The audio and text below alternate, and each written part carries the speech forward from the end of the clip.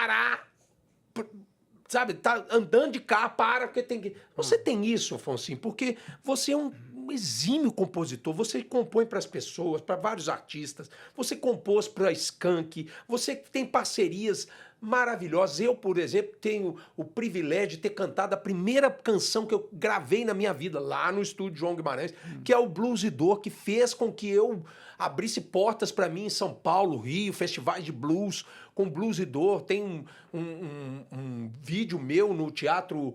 Da lua, os anéis de Saturno, os cafés de Paris. Tantos livros já leu, tantos outros pra ler. E ainda as novas notícias que as muito mais novas te chamam pra ver. Mas e do seu coração, todo lixo que juntei nos meus becos e quintais. É uma letra toda, ela já vem... Era eu lá, vira pro Afonso Eliodoro e fala assim, essa mulher do Bené Nunes é um estouro, hein? Aí o Afonso, meu pai, dá uma bronca no César Prates, mas em mim, né? Fala assim, você para de olhar pra mulher dos outros, a mulher desse cara, você não lembra daquela confusão que ele teve com o cara do exército lá e tal? Então, eu contracenando com o meu pai... Você contracenando com o seu próprio pai. Meu próprio pai, antes de eu nascer. Antes de você nascer. Não era eu, era o César Prates, mas era eu também, né? Eu perguntei lá nos Estados Unidos como é que soava o nosso português, e um cara estrangeiro falou, parece francês, porque tem muitos... Aí eu fiz isso aqui, ó. Não sei se mistura inglês, italiano ou alemão, tupi-guarani chinês e o grego da imaginação. Mas acho ela tão bonita, já chorei rios por ela. Belo Horizonte.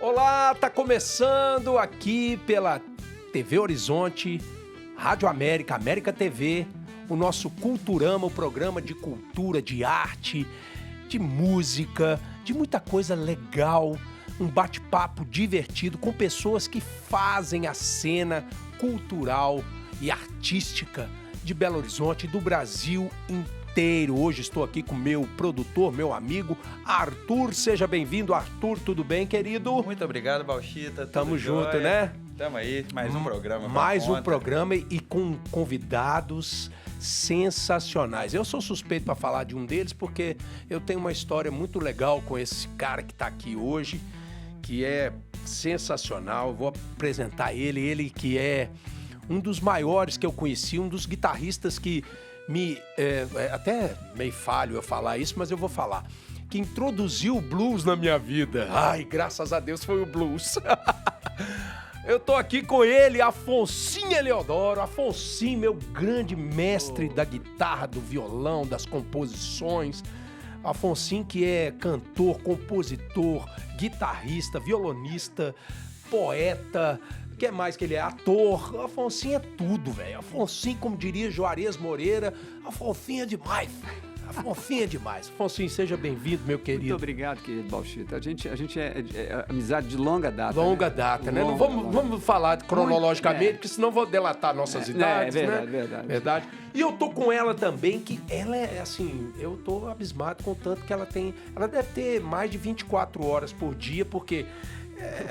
cara, ela é advogada, ela é nutricionista, ela é escritora, ela é produtora cultural, cara,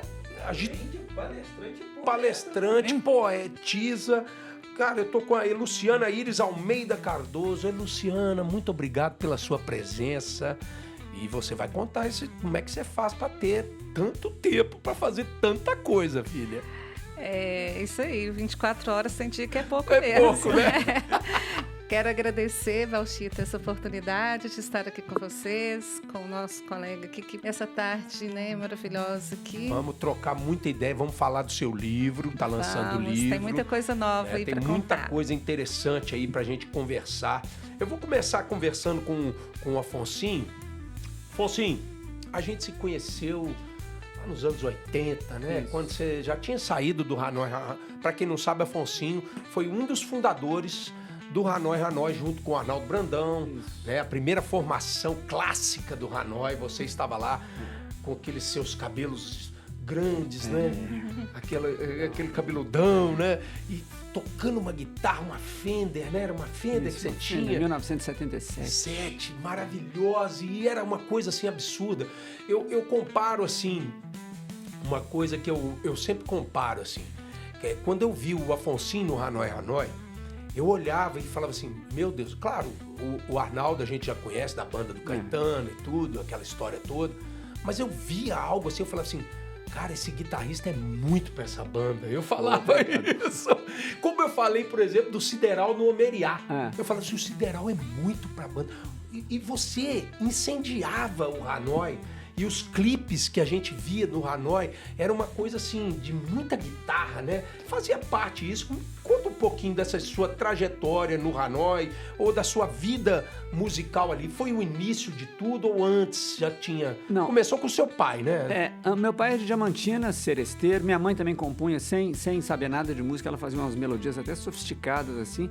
Aí a música veio de Diamantina, da minha mãe e tal. Mas eu já, aqui em Belo Horizonte, eu já tinha tocado com muita gente, acompanhando cantores que vinham. Até o Rui Mauriti, lembra do... Mauriti. Então, a gente, assim, já estava tocando com muita gente. Um dia, a gente tinha um bar que tocava aqui em Belo Horizonte, chamado Barbuleta, ali na Getúlio Vargas. Brabuleta, que a gente chamava. Brabuleta. Entre Afonso Pena e Professor Moraes e o Cacá Prates, que era empresário na época do Ultraje a Rigor, passou lá e a gente tocava na rua, ficava lotado. Eu parei e falei, pô, bicho, se você souber de alguém no Rio ou São Paulo que estiver precisando de guitarrista, você...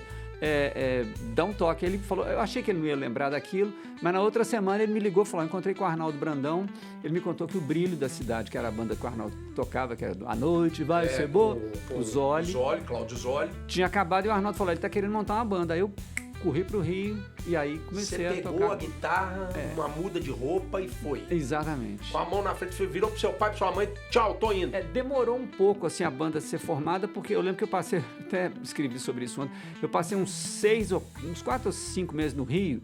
Nessa época a gente saía em Belo Horizonte, conhecia todo mundo, né? E lá no Rio eu andava a praia do Arpoador até o Leblon, não conhecia ninguém. Eu passei uns 3 meses assim numa solidão. Sério? Até lembrando daquela música do Djavan, Solidão de Manhã. Meu Deus do céu. Até o Hanoi começar, mas aí Era o quando seu começou... momento. E isso era que ano, mais ou menos, ali? 1984 para 85, assim. E o Hanoi começou em 85. E aí você foi, chegou lá e ficou esses 3 meses peregrinando ali, aquela coisa. Eu toquei no festival, pintou uma coisa legal que foi tocar com o Melão. Melão, cantor daqui, né?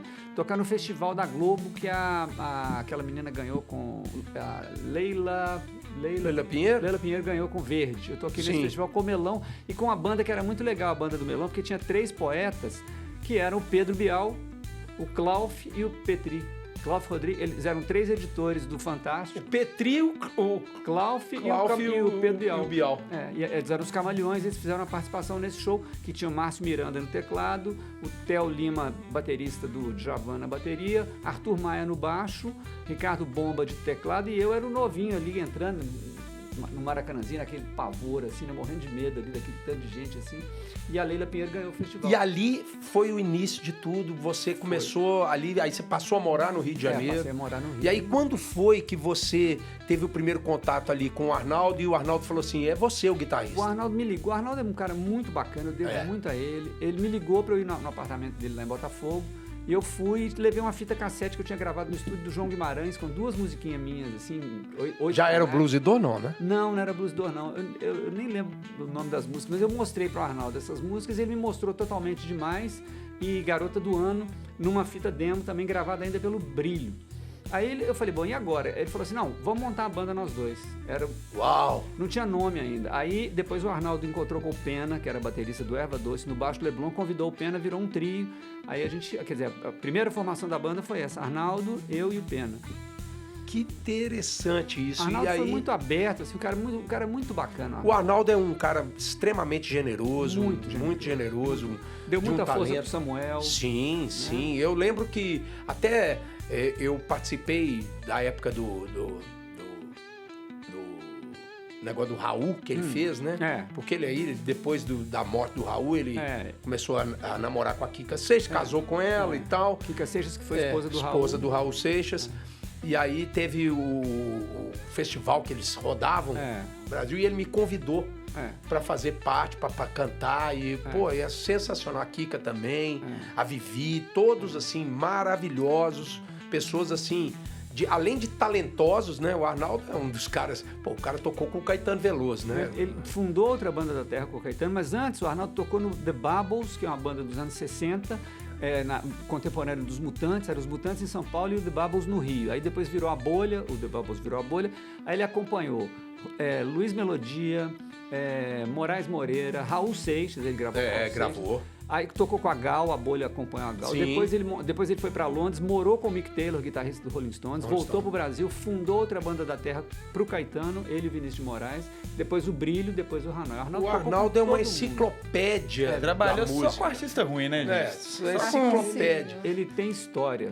Eu tô aqui ouvindo essas pérolas todas, assim, e como escritora, já tá assim, ó, na minha cabeça, digitando que legal. a história do Afonsinho. Começa em 3 semanas No Rio de no Janeiro. Rio de Janeiro, perambulando sozinho. O seu livro Solidão começa de assim. manhã. E dá uma música. Aqui, Luciana, já que você tocou nesse assunto, você é escritora e você tem várias outras profissões, né? Você é advogada, nutricionista, palestrante, produtora cultural. A gente estava conversando aqui nos bastidores sobre os projetos, né? Que você elabora e tudo, projetos de lei, inclusive. Eu quero saber de você, mas a veia escritora é o ponto forte da Luciana? É aquela que fala assim, é onde eu me realizo? Porque, por exemplo, a gente falou do Afonsinho, guitarrista, cantor, compositor, ator, né? A gente sabe onde que a gente se realiza melhor. Sim, sim. Né? Claro que tem gente que faz muita coisa, tudo muito bem. Isso é uma coisa boa também. Mas eu sei que às vezes a gente fala assim, no nosso íntimo, né? Fala assim, por exemplo, o Afonsinho fala assim, eu gosto de tocar. Eu gosto de tocar guitarra, eu gosto de tocar violão. Eu gosto de compor, eu gosto de cantar. No seu caso, você escrever? Vou contar um pouquinho para vocês. Eu sou de Campo Belo, do interior, né? Eu brinco que quando eu era pequena lá em Campo Belo, que a gente não conta idade mais. Depois dos 40 a gente pula. Só o Arthur que conta a idade. Depois dos 40 a gente pula a idade. Mas quando eu tinha uns 10 anos, eu queria ser professora e escritora. Sim. E escrevi um livro na escola estadual que eu estudava. Uma professora, Marli Pacheco, que hoje ela é advogada, ela incentivava nós, os alunos, a escrever. E aí eu escrevi um livro, não tinha condições de publicar esse livro. Então eu mesmo fiz a ilustração, Fez tudo. Fiz tudo. Colei. Ilustradora também. Outro colocar no currículo Se também. eu mostrar meu desenho, vocês... o ilustrador sai correndo. Mas assim, criança acha o seu desenho lindo, né? Eu achei na época maravilhoso meu desenho. Então fiz e queria ser professora. E eu acho que a minha maior vontade, meu maior legado para esse mundo é gostar de gente. Bom. Eu acho que é isso que me motiva a ter as profissões, que a gente precisa de ter a remuneração, né? Para pagar as contas da gente. Claro.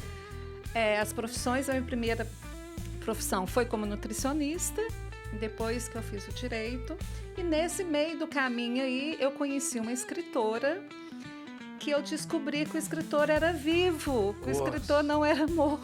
Porque eu achava, quando eu lia... Todo mundo que escrevia morria. Eu achava. Quando eu era pequena no interior, eu tinha essa concepção de ideia, porque eu não conhecia nenhum. Nunca tive oportunidade de conhecer nenhum escritor. Quando eu morava lá, com 10 anos de idade, 12 anos. E aí, quando eu conheci uma escritora, que eu fui atendê-la como nutricionista, e ela falou, vou te dar um presente. E me deu um presente, um livro. Nessa hora eu chorei. Eu falei assim, nossa, eu conheci uma escritora. Foi uma emoção, mas uma emoção, assim. Igualzinho eu fico emocionada quando eu conheço cantores, guitarristas, igual eu tô conhecendo o Afonsinho, a gente hoje finge que não tá, né? Muito emocionada, assim, mas por dentro eu fico numa emoção muito grande. Legal. Porque é um trabalho que as pessoas desenvolvem, um talento que as pessoas têm, seja da escrita, da música, seja das artes plásticas, o artesão que faz seu crochê.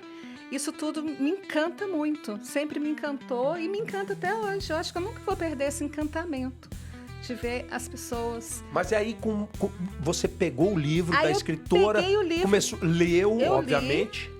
Tinha aquela Culpa das Estrelas, aquele livro que tinha a menina lá do filme que discutia com a escritora. Eu fui falar com a escritora. Eu quero discutir o livro, porque eu não concordo com o personagem que você matou aqui no livro. Que legal isso. Aí ela falou, tá bom, vamos pro meu sítio, pra minha rocinha, que lá a gente discute. Que legal. Aí eu falei, tá bom. Aí lá eu fiz 14 poemas. Uau. E muito timidamente falei com ela, você pode olhar para ver se tá bom, se tá mais ou menos, mas não conta para ninguém, não. Aí ela falou, de jeito nenhum, não conto não. Aí quando a gente lá não tinha internet, né? A mão mesmo, papel e caneta, que eu gosto de fazer meus poemas no papel primeiro. Sensacional. E aí lá ela falou assim, você tem talento, você vai publicar, eu vou te indicar para você participar de uma antologia até você fazer seu primeiro livro. Que legal. E assim ela foi, me indicou para uma, para duas antologias, foi participando. E até que chegou agora. Até que eu fiz o meu primeiro livro, esse livro aqui, que é Comidas Afetivas e Poesias, uma combinação perfeita. Graças a ela e ao Paulo Silves, que é de uma academia que eu participo, ele era o presidente da academia, ele me incentivou também. E aí foi, começou e daí eu tive coragem. Tive a coragem e acreditei que eu podia. E continuei a fazer livros e fui fazendo. Hoje, quantos livros você tem publicados? Eu tenho publicado em antologias, participando em antologias, mais de 40. Uau! Meu solo eu tenho 2. Eu tenho um de história infantil, 2 de histórias também infantil, que eu participei, um bilíngue. E tô com uns projetos aí esperando. Ou seja, está efervescendo essa cabecinha ainda, né? E seu projeto mais novo agora é o Entre Linhas de Suas Vidas, que é um livro bem interessante que remete ao período da Covid, né? Isso. Você poderia falar um pouquinho dele pra gente também? Esse livro aqui, falar da Entre Linhas, mas só falar que esse livro eu publiquei na pandemia. E aí era para fazer um lançamento, como todos os lançamentos, você convida as pessoas, né? As pessoas vão ali, mas na pandemia não pôde fazer. Eu vendi esse livro através de WhatsApp. Eu gosto de contar isso, porque muitas vezes o escritor fala assim, mas onde que eu vou vender meu livro? Primeiro, para as pessoas que você conhece. Claro. A família é o primeiro. Começou ali. É a família, os amigos. Faz uma lista ali, como se você fosse fazer uma festa para um churrasco, e essa lista ali você oferece seu livro. E assim eu vendi 200 livros em 2 meses. Através do WhatsApp na pandemia. Colocava no saco plástico e mandava. Enviava. E quando veio a pandemia mesmo, assim, aquele auge, aquele boom, que o hospital efervesceu, eu fui chamada, fiz um processo seletivo para trabalhar no Hospital de Lomberes, que trabalhei na enfermaria Covid, 60 leitos. E lá, como não diferente do Brasil e do mundo... Isso no auge da pandemia? No auge. Já tinha vacina? Não. Sem Era a vacina. ali naquele período que estava bem turbulento mesmo. Sem a vacina. A minha filha chorava todos os dias quando eu saía de casa. Porque ficava com medo, né? Com medo de eu ir e não voltar. E até porque não é pouca coisa. Uma pessoa que não é da área da saúde se sujeitar a todo perigo daquela época. E aí eu já tinha trabalhado no Odilon desde 2005, entre contratos e outros. E eu falei assim, eu vou sim, porque eu acho que muita gente ali precisa, eu acho, não tinha certeza que muita gente ia precisar do meu trabalho como dos outros colegas. Sim. E assim fui. Era um desafio diário. No primeiro dia, eu achei que eu não ia dar conta por causa do capote, por causa daquela proteção que a gente tinha que usar para entrar dentro da enfermaria. E como eu uso óculos para perto, eu tinha que ler o prontuário e o computador com óculos, mas para olhar para o paciente e andar dentro da enfermaria sem óculos. Eu falei, e aí? Meu primeiro desafio foi esse. Coitado! Como fazer para trabalhar com óculos?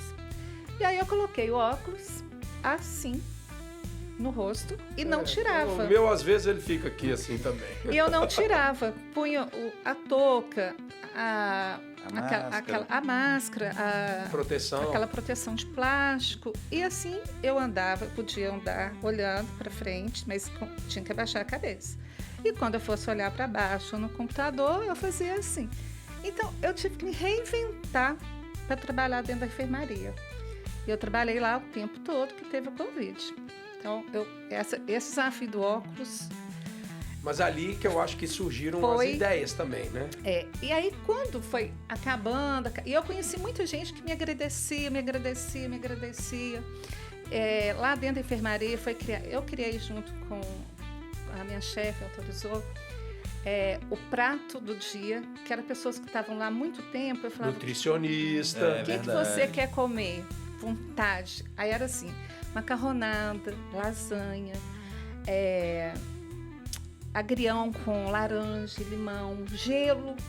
Eram os pedidos. Você melhorou o cardápio então, da enfermaria. Eram os pedidos. E assim a gente ia atendendo para essas pessoas. E também do aniversário. Fazia um bolinho, uma vela sem pavio e levava para cantar o parabéns para o pessoal. E quando ia embora, fiz um certificado, eu venci a Covid. Junto com a comunicação. Legal. A gente entregava para a pessoa e todo mundo batia palmas. E aí a pessoa ia embora. E aí, como que... Eu tô querendo entender como que dali surgiu a ideia do livro. Quando isso acabar, eu quero escrever um livro. Sobre tudo que você está vivendo. Sobre o que eu vi e vivi na pandemia. E assim, logo depois de 2024, surgiu a ideia. Só que estava sem apoio, sem financiamento para o livro.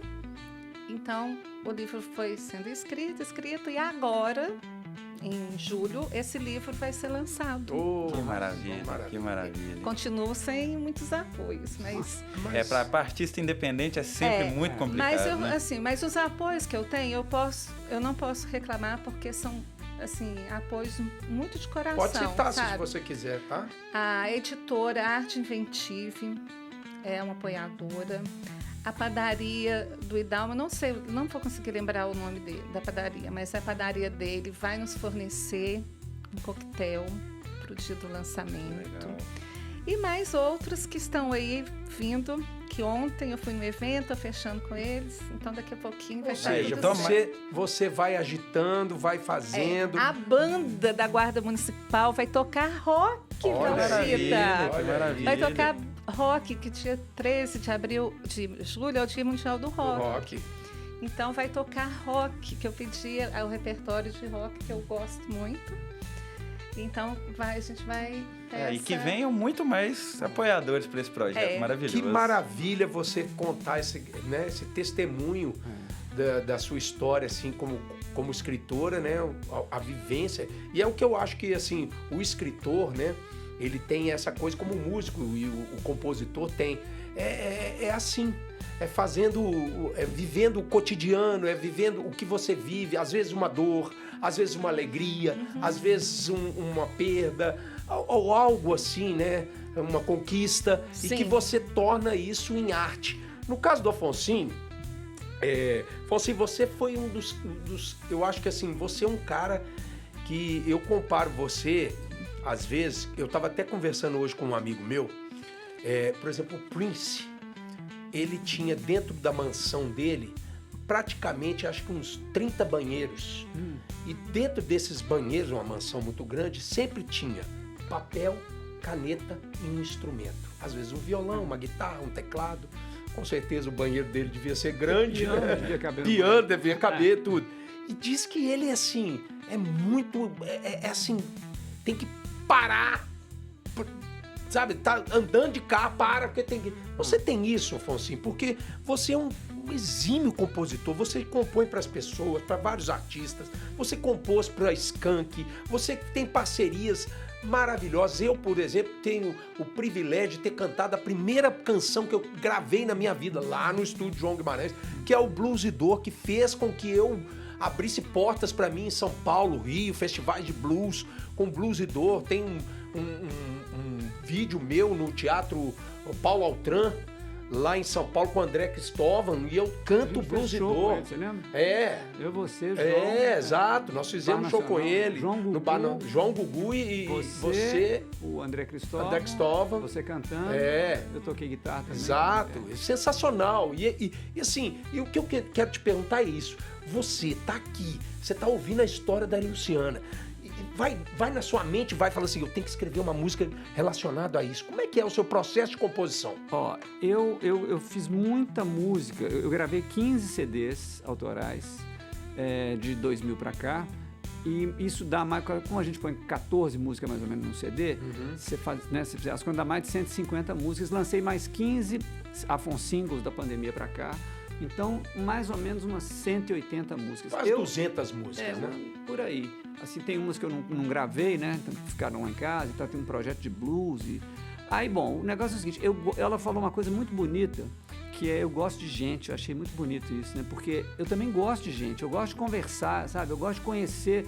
O que eu acho mais interessante mesmo na vida não é nem viajar. Eu fiz uma música falando sobre isso, chamada O Que Tem Pra Saber, que a letra fala sobre essa coisa que o ser humano tem, que eu acho muito louco, que é o seguinte, todo mundo quer conhecer a Europa, quer viajar, a né? Disney, tem gente querendo ir pra Lua, querendo ir pra Marte, né? O cara mas você não conhece quem tá do seu lado, você não conhece seu filho, você não conhece o coração do seu filho, não conhece o coração da sua companheira, da sua mãe, do seu pai. Eu já perdi meu pai e minha mãe. Então, assim, tem muita coisa que eu falei, pô, não perguntei tal coisa pro meu pai, não perguntei tal coisa pra minha mãe. Então, entendeu? Mas eu queria conhecer a Disney, queria conhecer todos os museus. Eu não tenho nada contra a pessoa que gosta de viajar. Sim. Mas a viagem que me interessa mais é essa que ela tá falando, de conhecer gente, bicho. É você conhecer o coração de uma pessoa, você conseguir... Tem músicas falando sobre isso, né? O Caetano escreveu uma letra pro Beto Guedes linda. Ó meu grande bem, pudesse eu ver a estrada, pudesse eu ter a rota certa que chegasse até dentro de ti. Eu fiz umas 2 ou 3 músicas sobre isso. Essa música que eu falei aqui, chamada O Que Tem Pra Saber, ela fala assim, você quer conhecer tudo que há por aí, os 2 lados da lua, os anéis de Saturno, os cafés de Paris.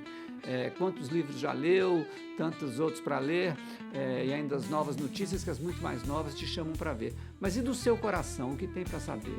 E do de quem está pertinho ao seu lado que sabe você? Por causa disso, meu filho, minha filha, eu quero conhecer o coração deles, entendeu? Então eu achei muito bonito esse negócio que você falou. Toca. Ela é assim, ó. Tocar só um pedacinho para não tomar muito espaço aqui no programa.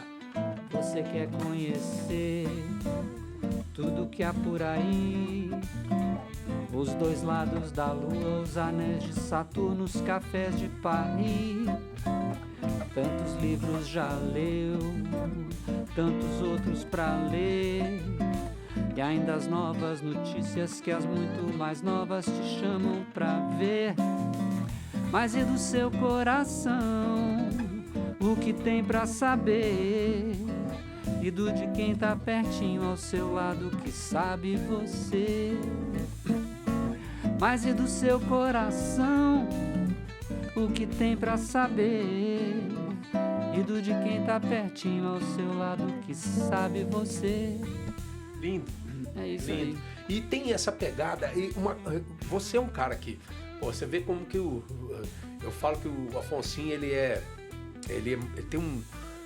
muito eclético, né? A gente usa isso. E às vezes a gente confunde essa palavra, o ecletismo, com falta de personalidade. Não, o Afonsinho é diferente. Ele nada por vários estilos musicais, mas você tem uma personalidade. É fácil a gente escutar e falar assim, o Afonsinho tocando uma bossa nova é o Afonsinho tocando uma bossa nova. O Afonsinho tocando um blues é o Afonsinho tocando um blues. O Afonsinho tocando um rock, um MPB, o que for. É porque aí é uma coisa que é o seguinte... É uma identidade sua, né? Eu né? ouvi muito Beatles, que é isso. O Tavito falou comigo uma vez, falou assim, olha, os Beatles, você não pode falar que o Beatles é uma banda de rock.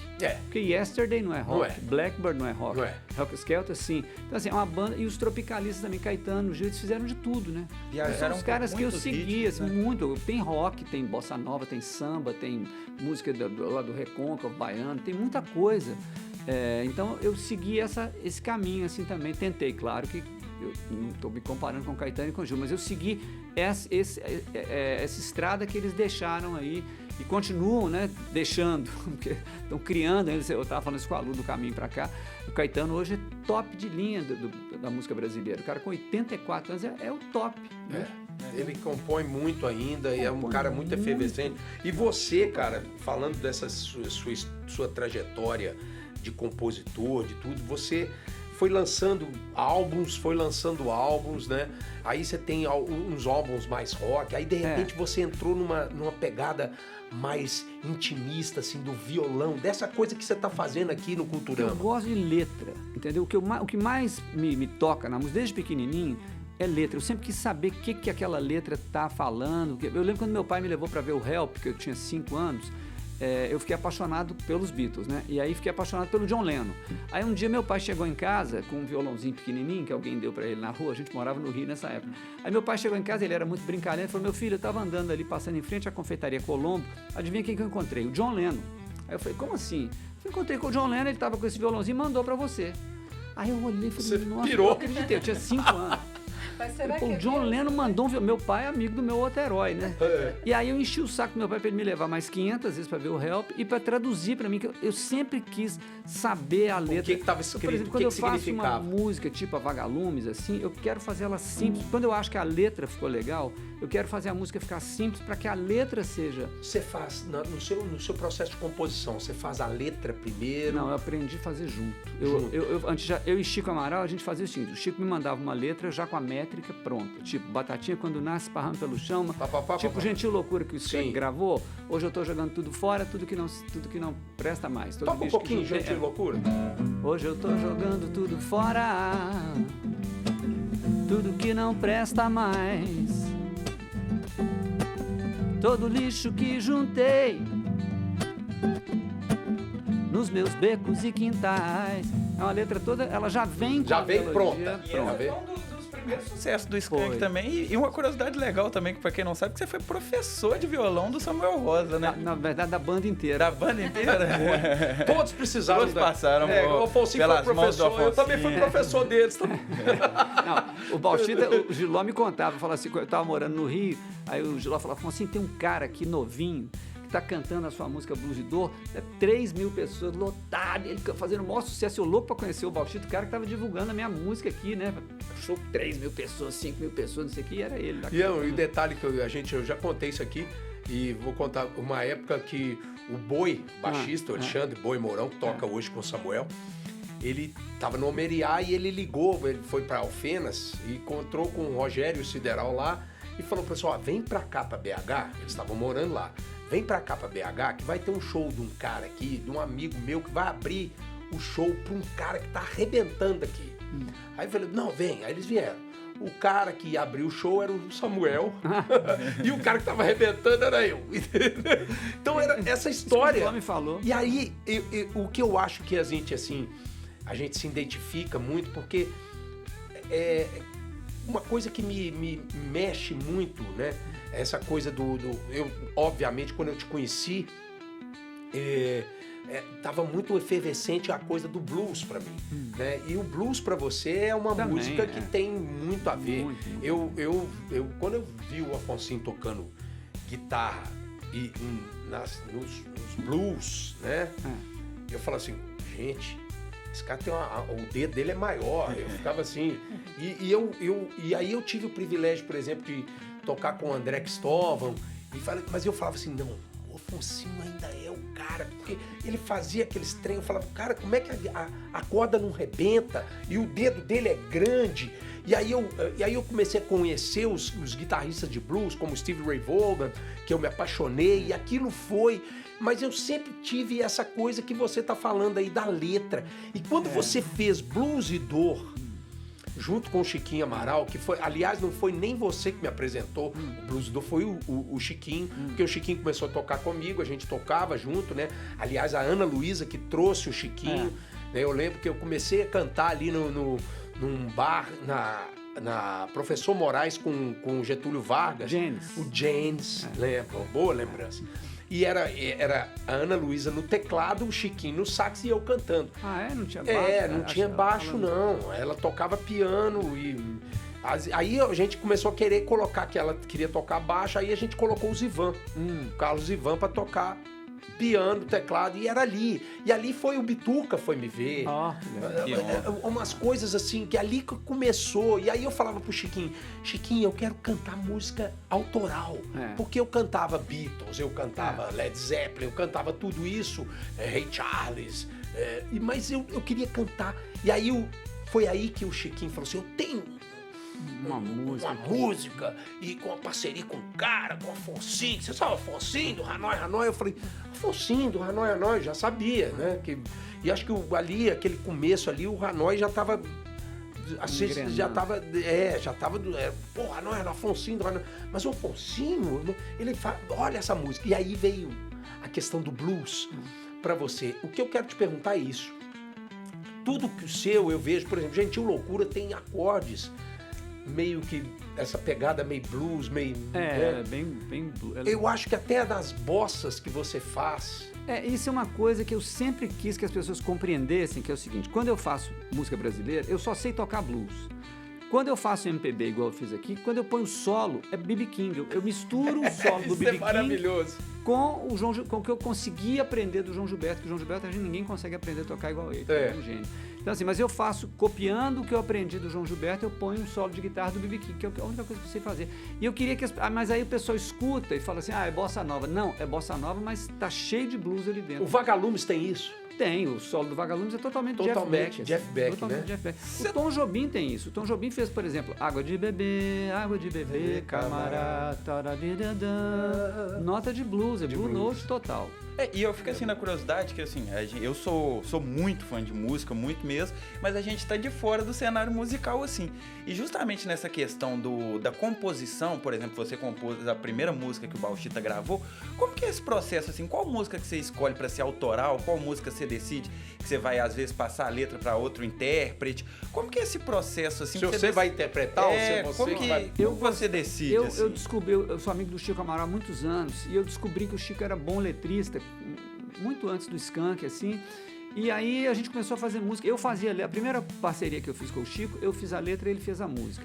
Mas como eu descobri que ele era bom letrista e fazer letra é mais difícil do que fazer música, eu acho. Escrever é mais difícil do que tocar, eu acho. Nós vamos perguntar isso para ele, Luciano. Eu falei, vou deixar essa parte pesada para o Chico. E deixei. Mas só que eu apresentei o Chico pro Samuel e o Samuel me roubou o parceiro, né? Eu perdi o parceiro. Mas aí, por um lado, foi bom que eu voltei a fazer o que eu mais gosto na música, que é fazer letra. Fazer suas letras são maravilhosas. Eu fiz essas 200 músicas, eu adoro fazer letra, eu adoro. Eu também gosto de fazer letra. Adoro escrever. É bom. Você escreve também essa questão de letra também? Você escrevo. Por ter um amigo que curte muito violão, guitarra, comprou várias guitarras agora, e ele tem 10 álbuns. Então, o último dele, ele falou assim, você pode ouvir minhas músicas para me ajudar a selecionar? Eu falei, posso. E ele tinha que fazer mixagem ainda da música, da letra. E aí eu falava assim, eu vou falar, eu não sei igual vocês, né? Mas no meu ouvido de só uma curiosa, eu falei, não tá o tempo aqui, tá muito alto, isso dói o ouvido, pode ser que... Você começou a direcioná-lo, né? E aí ele falou assim, você tá quase uma produtora. Eu falei, eu posso fazer algumas letras para você gravar, porque eu não sei tocar nenhum instrumento. Mas eu acho, assim, maravilhoso, fico encantada. E qual que é a diferença que você notou, assim, por exemplo, de escrever poemas, que você já estava mais acostumada, para escrever uma letra de música, ou é tudo a mesma coisa? A poesia, ela passa muitas vezes pela música. É tudo misturado. É meio que misturado. A música é como agora, se fosse uma poesia É porque você vai pro gênero. Se for pro rock, a letra vai ter que ter Uma pegada mais decisiva. Uma poesia, a letra também tem um ritmo, né? Tem. Tipo essa que eu falei. Tem uma métrica, né? Porque na hora de cantar não dá, né? O próprio Ed Mota, por exemplo, quando ele faz as músicas, né? Eu vejo o Ed Mota, ele faz o... É o naglês, né? Que a gente lembra. Até ontem eu vi ele cantando. Eu vi ele num piano lá. Aí depois ele coloca a letra. Vem um letrista, por exemplo, igual ele falou, Chico Amaral, que é um cara gênio de escrever letras, totalmente né? demais. Assim, eu tô falando isso. Totalmente demais. Eu tô dizendo isso, mas eu sou inexperiente. Longe de... Não, mas você tem o feeling, você tem a sensibilidade. A sensibilidade de escrever. De isso escrever é que é e mostro pra esse meu amigo e falo com ele, olha, o que você achou aí? Ele falou, não, essa letra aqui não dá pra cantar, fica assim. Aí eu também a fonética, eu fico muito na fonética das palavras, pra não ter as cacofonias, né?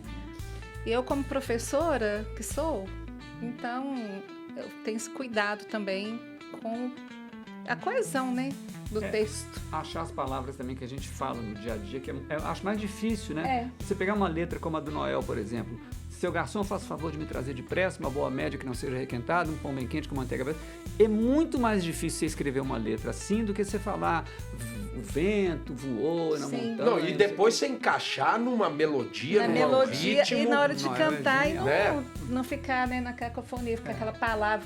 Não ficar inteligível, né? Você não entender o que a pessoa está cantando. Tem sinceridade, assim, eu já vi muitas Eu tinha muita músicas. preocupação com isso, sabe? Como cantor, das pessoas entenderem a letra, né? Tem algumas... Sim, tem algumas músicas que eu ouço e não entendo. Ela fica mais livre, assim, para você não precisar de ter essa coisa da esse métrica. Cuidado aí. Na música, não, ela tem um tamanho. Por exemplo, no Clube da Esquina, o Ronaldo Bastos me contou que o Milton mandava uma melodia tipo Cais. Aí você tem que colocar a letra ali dentro, na acentuação. O Clube da Esquina foi feito, a música Clube da Esquina. Rodrigo Bosch esteve aqui falando com a gente, ele fala que exatamente essa coisa de... não tinha letra. Aí parece que... O Milton fazia assim. Falou assim, não, mas coloca uma letra. Mandaram... Tem que escrever uma letra. A primeira versão dela no Clube da Esquina mesmo é sem o vocal. Se eu não me engano, a primeira vez que foi ter o vocal, que é o que a gente conhece agora, foi no disco Via Láctea, solo do Lô. E tem umas licenças também que valem a pena. Por exemplo, esse negócio do acento forte, né? A música com a palavra. Na Paralana McCartney tem lá, porque vocês não sabem, sabem. Isso assim, você pode falar, sabem não é assim que a gente fala. Mas na música do Milton é lindo, né? Fica livre. Ele falou, não, quero assim, vai assim. Essa licença poética, né? Licença poética. Musical, assim. Vendo de fora, eu considero que a maior dificuldade, então, para composição é justamente você colocar aquilo que está escrito de acordo com a melodia que você quer trazer, né? Essa aí junção. é que eu vi, você perguntou o que eu fazia primeiro. Eu antigamente fazia com o Chico Amaral assim, ele mandava a letra com a métrica já certinha, tipo batatinha quando nasce para romper no chão, aí é fácil. Aí tem um outro jeito também, que você escreve a letra e põe música em cima. Aí quanto mais métrica tiver, mais fácil vai ser para a música. Mas eu vi o Caetano contar numa entrevista que ele gostava de fazer junto.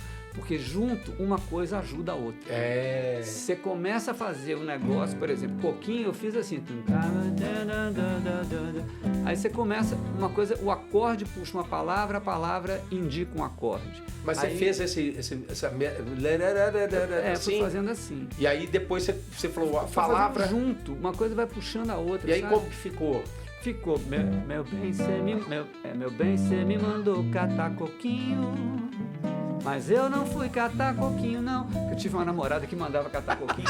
Quando ela ficava muito brava, ela falava assim...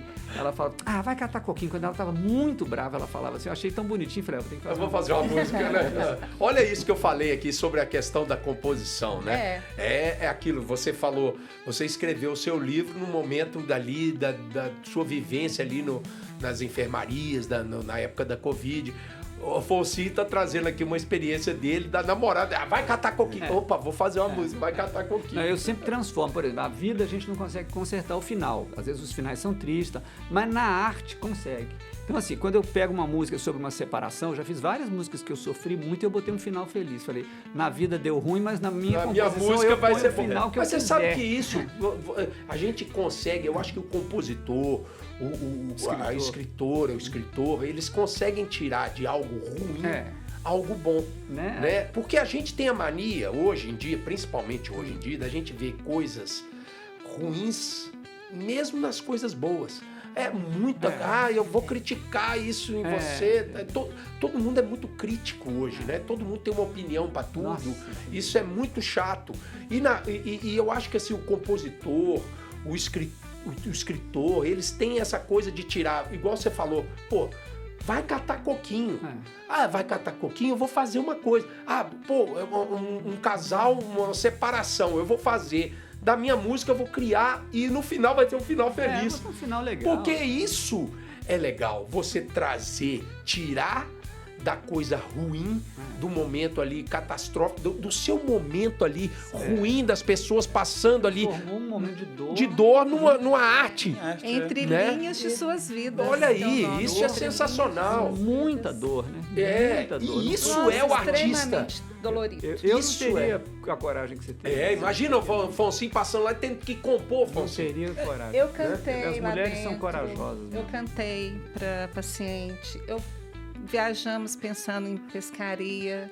Falei, você gosta de pescar? Falei pro paciente, ele gosta. Falei, eu também. Aí fomos falar, você tem cachorro? Tem. Você tem gato? Tem. Isso tudo ele estava numa fila. Ele estava na fila para. Ele estava na fila para ser entubado. Nossa. Eu falei, eu tinha que ir embora. Falei, mas não. Psicóloga e anjo da guarda, assim, porque eu falo que nem psicóloga. E a gente tá vendo o livro na tela agora. Seu livro aí, ó. Linda arte. Essa capa aí é um girassol. Lindo. Fiquei super curioso com esse livro. Já está convidado, viu? Todos estão convidados para o lançamento. E no processo de escrita, você falou que foi um período assim até doloroso para você. No processo de escrita, relembrar essas coisas também foi complicado? Esse livro é de coautores. Mas a minha parte, que eu fiz a apresentação do livro e fiz o meu depoimento dentro do livro. O meu depoimento eu demorei 1 semana para escrever. Eu não conseguia escrever sem emocionar. Não. Eu não conseguia. Aí eu tenho emoção. Só você falar isso também, só de saber essa história eu já fiquei emocionado. É maravilhoso isso. Eu acho que, assim, então, dentro disso que você fez, eu acho que, assim, isso desperta nas pessoas a curiosidade de ler, de entender, porque como a música, né, a gente consegue transmitir a emoção que a gente está sentindo no momento que a gente fez, né? Como na canção. Sim. Né? O Afonso falou, fiz uma música de um casal que estava separando, mas eu fiz... Então, assim, você também consegue fazer isso, né? Eu acho que a música tem que ter essa questão da emoção, né? Hoje, principalmente hoje, a música moderna, essa mais moderna, às vezes não passa emoção nenhuma. E principalmente hoje, com a questão da IA, que eu falo muito, eu recebo muito... Como eu sou mais intérprete, eu recebo muita coisa de compositores, falam, canta minha música, eu vou te mandar. E aí, hoje em dia, é muito fácil dos caras mandarem a música, porque tem um programa lá da IA e ele faz. Aí, eu já recebi recentemente algumas canções de um cara e eu gostei, que fica muito bom. Tecnicamente, a IA é perfeita, mas é notório quando a gente escuta, falta aquela coisa aquele sentimento, a emoção humano. Que não tem, que é muito perfeito. E aí esse cara que me mandou a música, ele falou, a letra é toda minha, não é IA, né? Eu que escrevi. Falei, melhor ainda, porque tem gente que fala que é compositor hoje, que é músico, mas ele faz tudo pela IA, ele dá a ideia, a IA que cria tudo. E isso é perigosíssimo, né? Eu acho que até na sua função, por exemplo, como escritora, também tem isso. Né? A IA facilita muita coisa nesse sentido. Fonsinho, e essa é uma pergunta que eu faço para os dois. Fonsinho, você consegue trabalhar, porque eu acho que a IA ela é uma ferramenta, se bem usada, é legal. Mas você, porque a gente é raiz. Eu não tenho contato nenhum. E eu fico até com um pouco de preguiça assim, quando eu vejo, porque a IA ela ainda quando tem aquelas imagens assim do John Lennon encontrando com o Paul McCartney, eu acho aquilo tão chato, assim, eu pulo. Eu também acho. Tão sem graça, porque aí o rosto não é igual, quando às vezes pega uma foto, a foto de frente fica igual, mas quando na hora mas que de vira composição, outra cara. assim, disso, nada, né? Você é um cara que gosta ali de chegar, entrar pra dentro do estúdio, tocar, chamar o baterista, o baixista, a guitarra, compor, ter o erro, né? Aquele errinho. Não, tá desafinado aqui, vamos fazer de novo. Outro dia eu inventei uma frase de brincadeira. Eu falei assim, errar faz bem à saúde. Mas faz. Não faz? Faz, porque você Errar faz bem à de saúde. novo. E você repete, Você encontra né? de novo para repetir. Foncinho, você é um cara que além de exímio compositor, guitarrista, tudo isso que a gente falou, você trabalhou também como ator. Eu tive Né? Você teve uma experiência ali na Ministério do JK, né? Sensacional. Eu fiz um como é que papel foi essa de- experiência? Foi o seguinte, a Maria Adelaide Amaral, meu pai trabalhou com o Juscelino, né? Ele nasceu em Diamantina, foi aluno da mãe do Juscelino. O Juscelino era mais velho do que ele, 14 anos. E então a Maria Adelaide fez muita entrevista, a Maria Adelaide, diretora da minissérie, fez muita entrevista com meu pai. E um dia, uma dessas entrevistas eu assisti e eu dei meus discos, os 2 Clube da Esquina, lá, o Esquina de Minas, que eu fiz cantando música do Clube da Esquina, para ela, na intenção de que um dia, se ela fosse fazer uma novela, ela lembrasse de mim como compositor. Aí ela gostou da minha voz, ela falou assim, pô, você não topa fazer um personagem na minissérie? Não, eu falei, pô, mas eu não sei, assim. Ela falou, não, um personagem tranquilo, eu adorei a sua voz. Tocar. Você vai tocar, vai ser o César Prates, que era um seresteiro, amigo do Juscelino. Eu falei, beleza, vou lá, eu vou cantar Peixe Vivo até, né? Aí, só que eu não sabia que o César Prates tinha muita fala, porque o Juscelino era muito amigo dele. E aí eu liguei pro meu primo, que é o Marcelo Novaes, meu primo famoso, galã. Sim, Marcelo. Falei, Marcelo, o que eu faço? Ele falou assim, olha, vai e né, decora o texto e tenta não olhar para a câmera. Aí eu fui.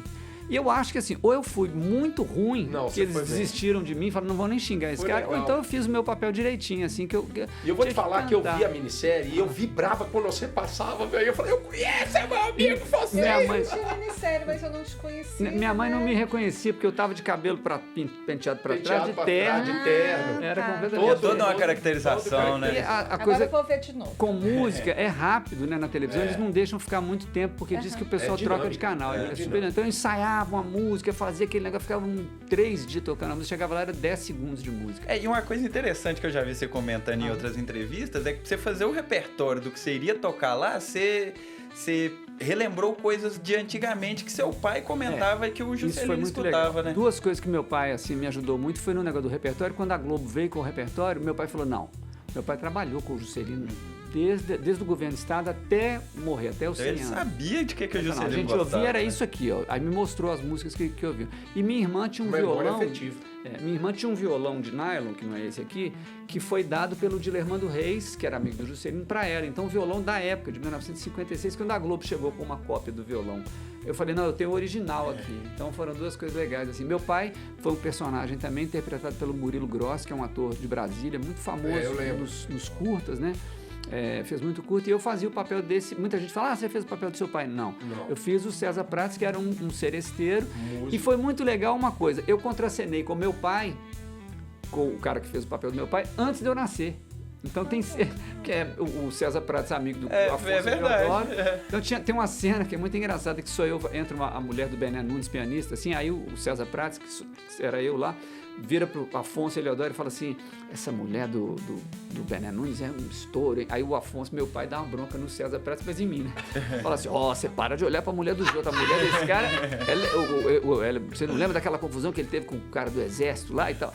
Então eu contracenando com o meu pai. Você contracenando com o seu próprio pai. Meu próprio pai, antes de eu nascer. Antes de você nascer. Não era eu, era o César Prates, mas era eu também, né? Foncinho, você ficou famoso no mundo, os seus discos foram através da Dubas, né, a gravadora, foi lançado no Japão, e você realmente, assim, você é um artista conhecido mundialmente, né, como compositor, é verdade, isso aí a gente sabe, no Japão, a gente estava comentando aqui.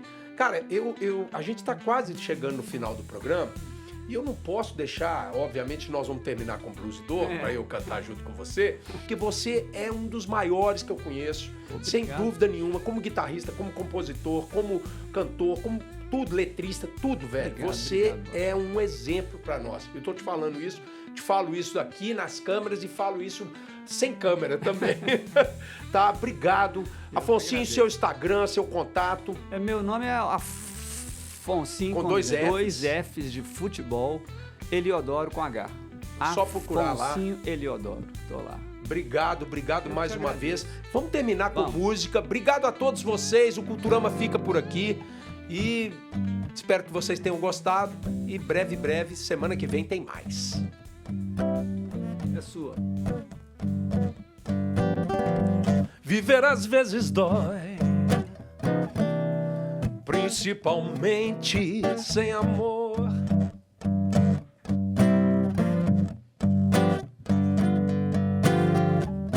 Perder alguém destrói. Viver às vezes é um horror.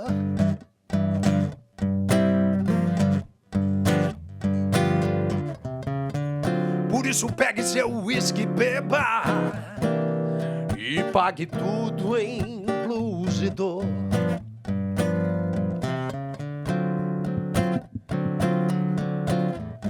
Tristeza não tem fim.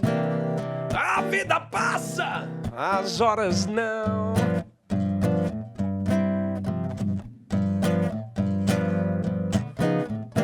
Conheço um samba assim que fala dessa situação.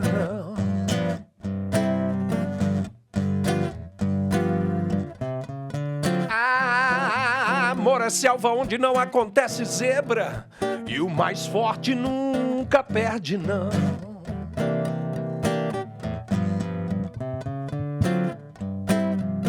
Só sobraram cacos, só sobraram sonhos, pequenos buracos, de repente abismos medonhos. Por isso beba assim, algo impossível como um gin.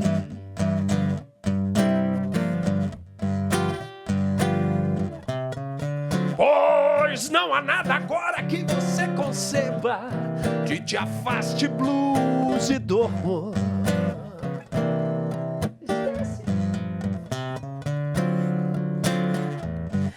Esquece, minha amiga, não vale a pena nunca se matar.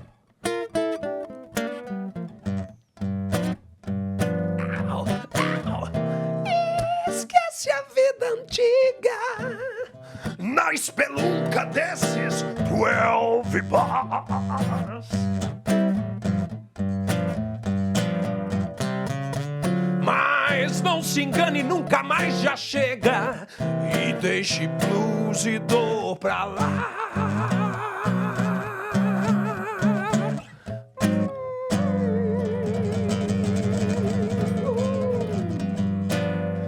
Valeu, gente!